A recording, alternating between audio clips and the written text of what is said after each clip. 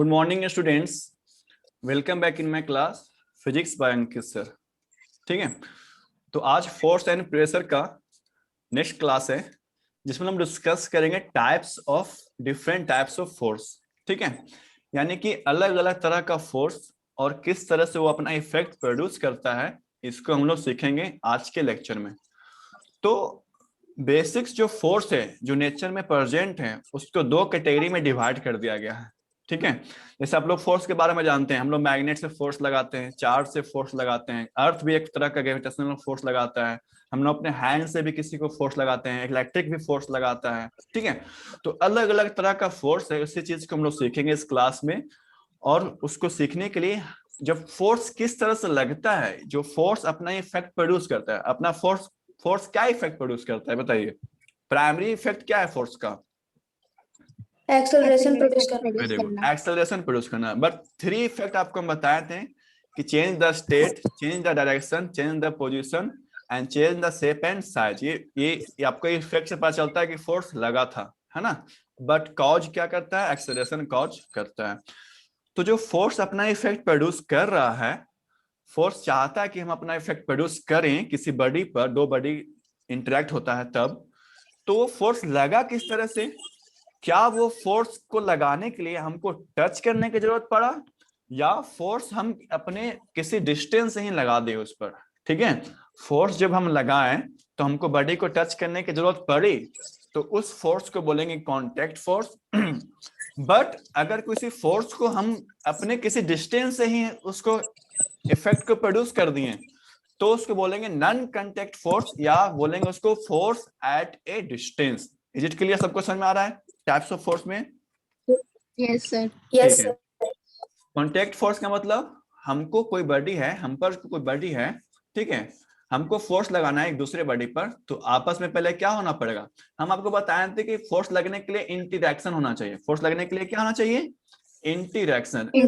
ठीक है, अगर हम बोलते कि फोर्स लगने के लिए कांटेक्ट होना चाहिए, तब हम बोलते हैं कि कांटेक्ट फोर्स है। बट इंटरैक्शन का मतलब ये है कि एक बॉडी दूसरे बॉडी की म्यूचुअली आपस में एक्ट कर रहा है, आपस में एक्ट कर रहा है।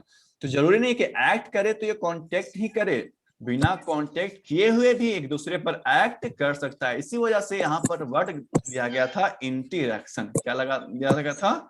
इंटरैक्शन। जो फर्स्ट मेरा टॉपिक था फोर्स एंड प्रेशर में, आपको बताएं थे force is due to interaction. It means to act on each other, to act on each other. ठीक है, तो हम अपना फोर्स जो इफेक्ट है कांटेक्ट में भी लगा सकते हैं और विदाउट कांटेक्ट से भी लगा सकते हैं। विदाउट कांटेक्ट में लगता है तो उसको क्या बोलते हैं? Non contact force. अब बेसिक टाइप्स है तो उसका एग्जांपल समझ लेते हैं कि क्या क्या उसका टाइप्स का एग्जांपल होता है। तो आप देखिए, फोर्स, पहला फोर्स है कांटेक्ट फोर्स।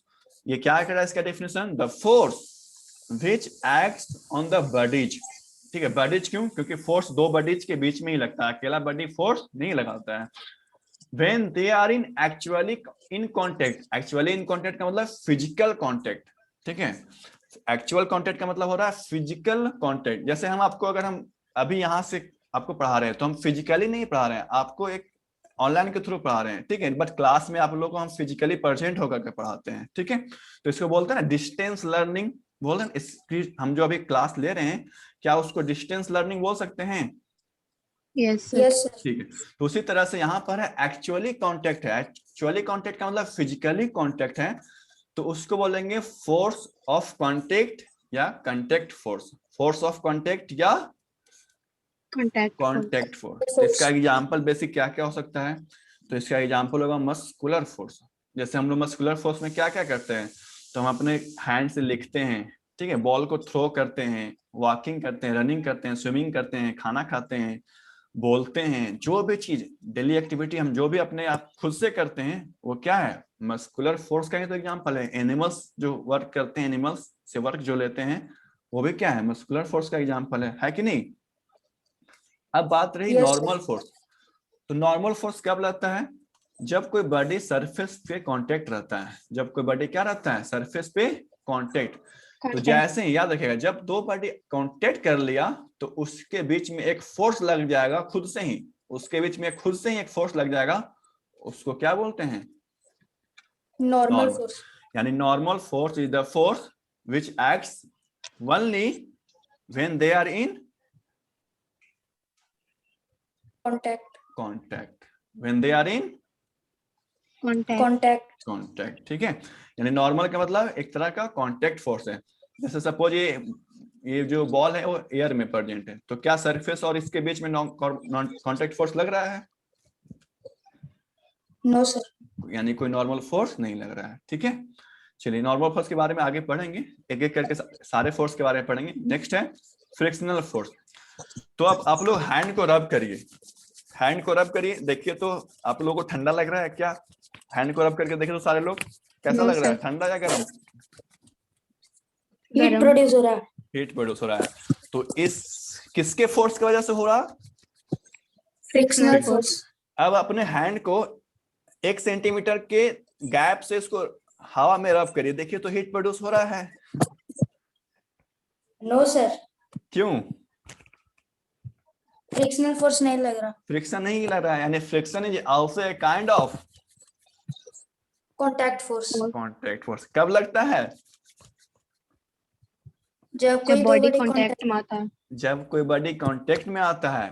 बट इतना बोलोगे तो फ्रिक्शन नहीं कहलाएगा, वो कहलाएगा नॉर्मल।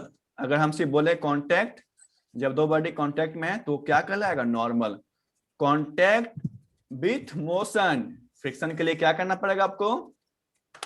Contact with motion. सिर्फ हाथ को हम अपने दूसरे को टच करके रख दें तो अभी कौन सा फोर्स लग रहा है? Normal force. Normal force. Normal force. अब इसको रब करिए, अब कौन सा फोर्स लग रहा है? 10 बार रब करके देखिए। Frictional frictional force. फोर्स। ठीक है, तो फ्रिक्शनल फोर्स कब लगता है? जब कोई Contact बॉडी plus- कांटेक्ट के साथ मोशन में रहता है। हाँ, जब कोई बॉडी कांटेक्ट में रहे और मोशन करने लगे तब क्या कहेंगे उसको? Frictional Friction. Force. Frictional force. Motion करे या मोशन करने की कोशिश करे, दोनों चीज याद रखेगा। मोशन करे या मोशन करने की कोशिश करें। कोशिश करे, उस वक्त भी फ्रिक्शन लगता है। ठीक है, कोशिश करने वाला स्टार्ट कर दे तो फ्रिक्शन लगने लगेगा। ठीक है, तो इसको भी हम फ्रिक्शन में आगे बताएंगे, फ्रिक्शन को एक्सप्लेन करेंगे।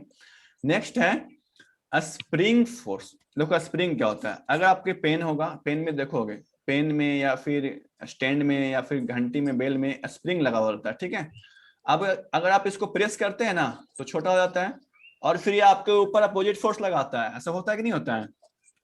Yes sir. Yes sir. या फिर स्प्रिंग को एक्सपैंड कर दीजिए, जब आप उसको खींच दीजिएगा, इधर फोर्स लगाए तो स्प्रिंग भी क्या करेगा? आपको पीछे की तरफ इधर खींच लेगा, वापस खींच लेगा। होता है ना? Yes yes sir. तो इसके लिए भी हमको स्प्रिंग को टच करना पड़ेगा, कंप्रेस या एक्सपैंड करना पड़ेगा। तो ये भी क्या है? कांटेक्ट फोर्स का एग्जांपल है। नेक्स्ट है स्ट्रिंग फोर्स। देखो स्प्रिंग और स्ट्रिंग में बस पी और टी का डिफरेंस है, बट फोर्स ही पूरा का पूरा अलग है। आप लोग देखे होंगे गांव में जो रहते हैं या फिल्म में देखे होंगे, जो कुआं का जो पानी है ना, कुआं का पानी, तो बाल्टी में हम स्ट्रिंग बांधते हैं और फिर पानी निकालते हैं। ऐसा करते हैं कि नहीं करते हैं? Yes sir. ठीक है, यस सर। तो अगर सपोज ये बाल्टी है और ये रस्सी है, अब बताइए क्या बाल्टी को हम ऊपर खींच रहे हैं या बाल्टी हवा में टंगा हुआ या कुछ नहीं हो रहा है? टंगा हुआ है। बाल्टी टंगा हुआ है। ठीक है, यानी कि बाल्टी पर एक ग्रेविटेशनल फोर्स लग रहा है कि नहीं? Yes sir. तो बाल्टी नीचे जा रहा है कि टंगा हुआ है? टंगा हुआ है। टंगा हुआ है, यानी कि अगर नीचे नहीं जा रहा है यानी ऊपर में भी कोई एक फोर्स लग रहा होगा। Yes sir. तो इस फोर्स को क्या बोलते हैं? String force. String force. But एक चीज याद रखिएगा, स्ट्रिंग फोर्स तभी लगेगा जब स्ट्रिंग बिल्कुल टाइट होगा। जब स्ट्रिंग बिल्कुल क्या होगा? टाइट होगा। टाइट होगा। अभी आपको पहले इसके पीछे पहले वाला फिगर याद है, हम स्प्रिंग को लूज कर दिए थे। Yes sir. तो लूज स्ट्रिंग में कोई भी स्ट्रिंग फोर्स नहीं नहीं लगेगा लगता है। स्ट्रिंग फोर्स कब लगेगा? जब टाइट रहेगा। जब स्ट्रिंग टाइट होगा। और याद रखिएगा स्ट्रिंग्स को, स्ट्रिंग के हेल्प से हम सिर्फ पुल कर सकते हैं। स्ट्रिंग के हेल्प से हम किसी चीज को पुल कर सकते हैं, खींच सकते हैं, किसी चीज को धक्का नहीं दे नहीं दे सकते। सकते। ठीक है, तो string force is the force due to tightness of the string, due to tightness of the string. Tightness, जब यानी टाइट रहेगा तभी क्या लगेगा, स्ट्रिंग फोर्स लगेगा। जैसे सपोज अगर बाल्टी को हम रस्सी में बांध करके इसको खींचेंगे तो स्ट्रिंग String लूज, force लगेगा। हाँ स्ट्रिंग लूज रहेगा कि टाइट हो जाएगा, बताओ। बाल्टी को ऊपर की तरफ खींचेंगे तो स्ट्रिंग लूज रहेगा लूज कि हो टाइट हो जाएगा। जाएगा।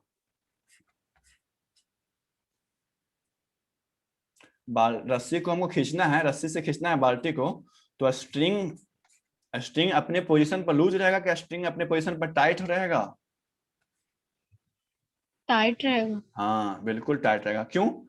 क्योंकि बाल्टी पर एक तो ग्रेविटेशनल फोर्स लग रहा है, तो हमको सबसे पहले ग्रेविटेशनल फोर्स को अपोज करना है, उसके अलावा एक और फोर्स लगाना है ताकि उसका एक्सेलरेशन ऊपर की तरफ हो, है ना। तो हमको स्ट्रिंग में बहुत ज्यादा फोर्स लगाना पड़ेगा। तो जब स्ट्रिंग में फोर्स लगने लगेगा तो स्ट्रिंग क्या हो जाएगा, बिल्कुल टाइट हो जाएगा। स्ट्रिंग क्या हो जाएगा, बिल्कुल टाइट हो जाएगा। टाइट हो जाएगा। तो ये सब एग्जांपल किसका भी बताएं, स्ट्रिंग फोर्स का। कॉन्टैक्ट फोर्स का। ठीक है, अभी ये सब एग्जांपल किसके बताएं, कॉन्टैक्ट Contact फोर्स। force। चलिए यहां तक नोट कर लीजिए, फिर हम लोग आगे बढ़ते हैं नॉन कॉन्टैक्ट फोर्स में।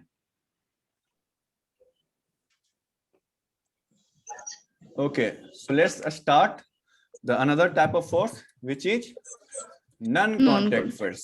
ठीक है, Non-contact force. तो non contact force contact force का जस्ट अपोजिट होगा, बट स्ट्रॉन्ग बहुत ज्यादा होगा।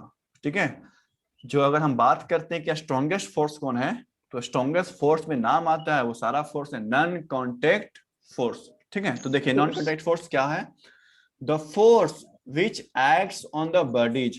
ठीक है, बॉडी पर डिफरेंट बॉडी पर लग जाता है without coming physically in contact, यानी कि बिना एक्चुअल कॉन्टेक्ट के ही हम बॉडी पर फोर्स लगा देते हैं, is called non contact force और फोर्स एट ए डिस्टेंस। उस फोर्स को क्या बोलेंगे, नॉन कॉन्टेक्ट फोर्स और force Force at at a distance. Distance, यानी डिस्टेंस से हम लगा देते हैं। जैसे सपोज एक पेड़ है, ठीक है, मैंगो का ट्री है। अब जब मैंगो पक जाएगा, मैंगो जब क्या हो जाएगा, पक जाएगा, तो क्या मैंगो को अर्थ उसको टच करके बोला कि जाओ अब तुम गिरो, कि वो खुद से ही इसको गिरा देता है, दूर से ही? खुद दूर से से गिरा देता है। अगर कोई बच्चा पेड़ पर चढ़ करके या बंदर कोई पेड़ पर चढ़ करके तोड़ेगा तो उसको टच करना पड़ेगा, या फिर स्टोन से उसको मारना पड़ेगा, या स्टिक से उसको मारना पड़ेगा। लेकिन अर्थ क्या करता है, उसको कुछ टच करता है क्या? No, sir. नहीं। सर यानी कि अर्थ एक फोर्स लगा रहा है बिना कांटेक्ट के, बिना टच किए हुए। तो अर्थ का जो फोर्स है ग्रेविटेशनल फोर्स, वो किसका एग्जांपल है, non Non-contact contact Non-contact। force. Non contact force. ठीक है, आप लोग क्लास 7 में चार्ज के बारे में इंट्रोडक्शन दिए थे कि जब हम कॉम को या स्केल को रब करते हैं हेयर में, then it start attracting bits of straw some paper. ठीक है, कुछ कुछ पेपर को अट्रैक्ट करने लगता है, तो उसको पेपर में जाके हमको टच करवाना पड़ता है कि दूर से ही अट्रैक्ट करता है?